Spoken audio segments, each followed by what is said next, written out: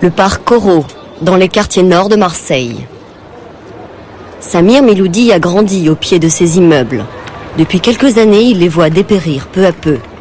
Pourtant, le quartier de son enfance n'est pas une cité HLM, mais une copropriété que ses habitants tentent comme ils peuvent de sauvegarder. Européen ? Oui, comme d'habitude. On nettoie, ça fait plaisir quand même. Voilà, regardez. Voilà, les gens sont obligés de faire eux-mêmes les travaux parce que le syndic ne fait rien. Alors regardez, chacun il peint, l'autre il bricole un peu, chacun il met un peu du sien, mais voilà. Vous trouvez que c'est normal? Tu as acheté tout le matériel? Oui. Ça, c'est personne qui m'a aidé, personne qui m'a donné quoi que ce soit. Tout ça, c'est de ma propre poche, de mes sous. On est abandonné, tu as vu un peu. Obligé de le faire nous-mêmes. Aujourd'hui, Cheikh Ali a décidé de repeindre les murs décrépits de son garage. Chacun fait ce qu'il peut, avec ses moyens, et on se débrouille comme on peut. On essaye d'un peu de nous débrouiller nous-mêmes, étant donné qu'on est abandonné, voilà. Le parc Corot, un quartier que plus personne ne gère. À l'extérieur, des espaces verts à l'abandon ou des poubelles non collectées. Et à l'intérieur des immeubles, plus aucun argent pour l'entretien. Là, regardez, en fait, voilà. Ben, c'est les bouts de façade qui tombent sur les gens. Regardez derrière. Regardez là, ça va tomber. Là, ça va tomber. Là. Voilà. Ça tombe sur les gens quand ils rentrent chez eux et tout. Alors, vous pouvez venir voir, regardez. Voilà, les portes sont cassées. Hein. Les sonnettes ne marchent même plus. Regardez. Alors, regardez, tout est pourri. Voilà. C'est même pas repeint, rien. Même pas un coup de peinture, le syndic. Il s'en fout complètement. Le nettoyage n'est pas fait, c'est pourri. Regardez, il n'y a même pas de lumière. Voilà, regardez, j'appuie, il n'y a rien, ça ne marche pas. Les gens ils montent dans le noir. Les gens qui habitent ici changent les ampoules. Et les gens, à force, ils jettent un peu l'éponge parce qu'ils payent des charges. Tous ces travaux, c'est bien un syndic, la SAGEC, qui devrait s'en occuper. Car les 400 familles de cette résidence privée lui versent des charges pour l'entretien de leur copropriété. Et depuis 30 ans, c'est le même syndic qui gère tous les immeubles. Tous, sauf un. Samir a voulu nous montrer cet immeuble et ses façades fraîchement rénovées. Elle arrive, d'accord.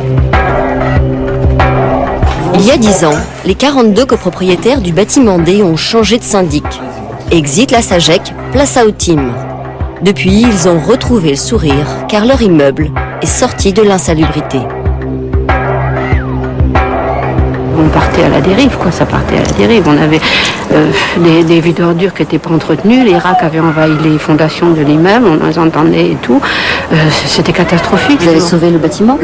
Ah oui, non, on l'a sauvé le bâtiment. Oui. Comme les autres. Ah oui. Sinon, on nous aurait dit maintenant peut-être ou dans 5 ans, votre bâtiment il est trop abîmé, ça vaut pas le coup de le réparer. Hein. Quand vous voyez que ça arrive au ferraille comme celui de là-bas, on ne sait pas où on va. Hein. Qu'est-ce que vous en pensez? Ce que je pense, voilà, mais regardez, ça saute aux yeux, hein. La différence elle est là. Hein. Avant c'était comme ça en face, c'était géré par la SAGEC, voilà, où Tim est venu, voilà, on peut voir le résultat, vous pouvez rentrer même dans les cages d'escalier, voir aux alentours. À rigueur, on ne croirait même pas que c'est le même quartier. Comment cet immeuble a-t-il été remis à flot avec des charges quasi identiques aux autres bâtiments? Pour les habitants du quartier, la SAGEC n'assumerait tout simplement pas sa mission de syndic.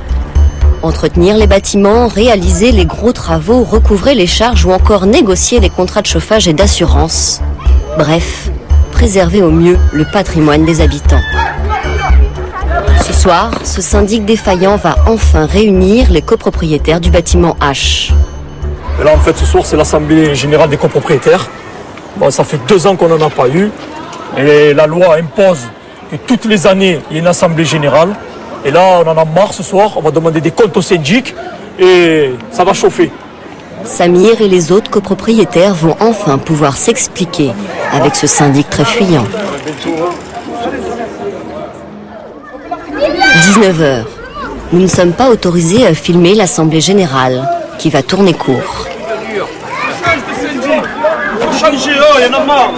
Après 1h30 de discussion, les copropriétaires sortent excédés de leur rencontre avec le syndic. Il ne peut pas se justifier. Ça fait des années que ça dure comme ça. Tout à l'heure, on a demandé des justificatifs des factures. Il nous a amené le classeur de 2005. Parce que c'est normal. Nous sommes en 2008. Voilà. Pour s'augmenter, c'est les plus forts. Hein. Pour faire des dépenses et pas amener les factures, alors là, c'est le numéro 1. Hein. C'est des voleurs légaux. C'est des voleurs légaux. Si je vous dis combien on paye de charges, vous n'allez pas me croire. Vous allez me dire, vous êtes 787 €. tous les 3 mois, de charge. Tous les trimestres. Allez-y, rentrez si vous voulez. Un habitant nous invite à entrer. Vous voulez voir le voleur à nouveau? Le représentant de la SAGEC ne s'y oppose pas, mais refuse de répondre aux accusations portées contre son syndic. C'est le monsieur là-bas. C'est la loi. Si vous voyez votre visage, vous pouvez... Est-ce que vous répondez à ça? Ils ont le droit. Ils ont le droit? Ce qui a été délaissé... Vous avez rien à dire, rien à répondre? Alors on va laisser exprimer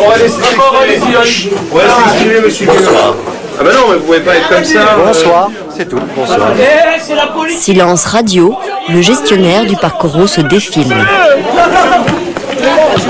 Ce soir, les copropriétaires du bâtiment H n'ont pas approuvé la gestion de ce syndic. Sans aucune explication. Sans aucune explication, monsieur Samba, évidemment. Voilà la réponse qu'il a donnée. Mais les copropriétaires impuissants restent liés par contrat jusqu'en septembre prochain. Nous avons contacté la maison mère de la SAGEC, Urbania, le numéro 3 des syndics français. Copropriété, immobilier d'entreprise et commerciale. Oui. Cela fait 3 mois que j'essaye de joindre une personne responsable de votre syndic. Voilà, je m'interroge aujourd'hui sur les raisons de votre silence. Si ça fait 3 mois que vous nous appelez, on n'est plus à 1 heure près. Bon, ben moi je vais le relancer. Je vous remercie. Au revoir. Dans l'heure et les jours suivants, d'autres relances suivront, mais le directeur régional d'Urbania restera muet.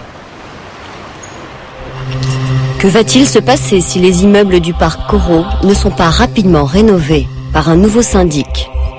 Un mauvais souvenir inquiète les habitants. Au cœur de la cité, 80 familles vivaient à la place de ce trou. C'était il y a 17 ans. Le bâtiment B était lui aussi géré par la SAGEC.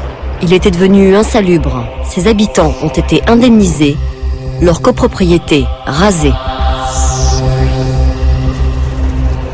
Pour la mairie de Marseille, la destruction des autres immeubles n'est pas encore à l'ordre du jour. Mais peu à peu, les copropriétaires sont en train de céder leurs biens dégradés pour une bouchée de pain à des marchands de sommeil qui se moquent bien de l'insalubrité. Si on reste comme ça et si la spirale de la dégradation se poursuit, il va y avoir également une spirale foncière qui fait que le prix des logements va baisser.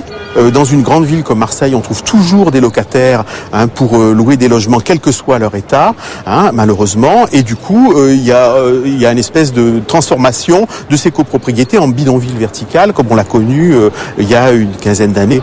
Au-delà du parc Corot, combien d'immeubles ou de lotissements souffrent d'une mauvaise gestion de leur syndic?